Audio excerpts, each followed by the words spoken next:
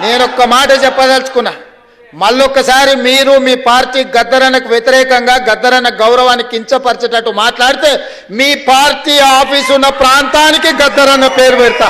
మీ party కార్యాలయం address రాసుకోవాలంటే గద్దరన్న గల్లీ అని రాసుకునేటట్టు చేస్తా బిడ్డ. మిమ్మల్ని వచ్చి ఏం చేస్తాడు ముఖ్యమంత్రి?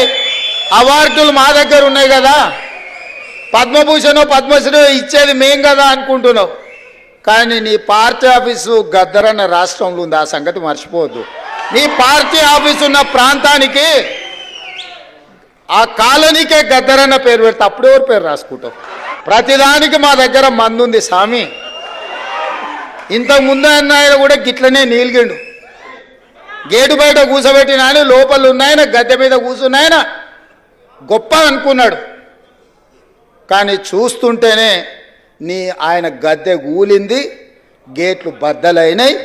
గద్దరన్న వారసులు లోపలుండ్రు.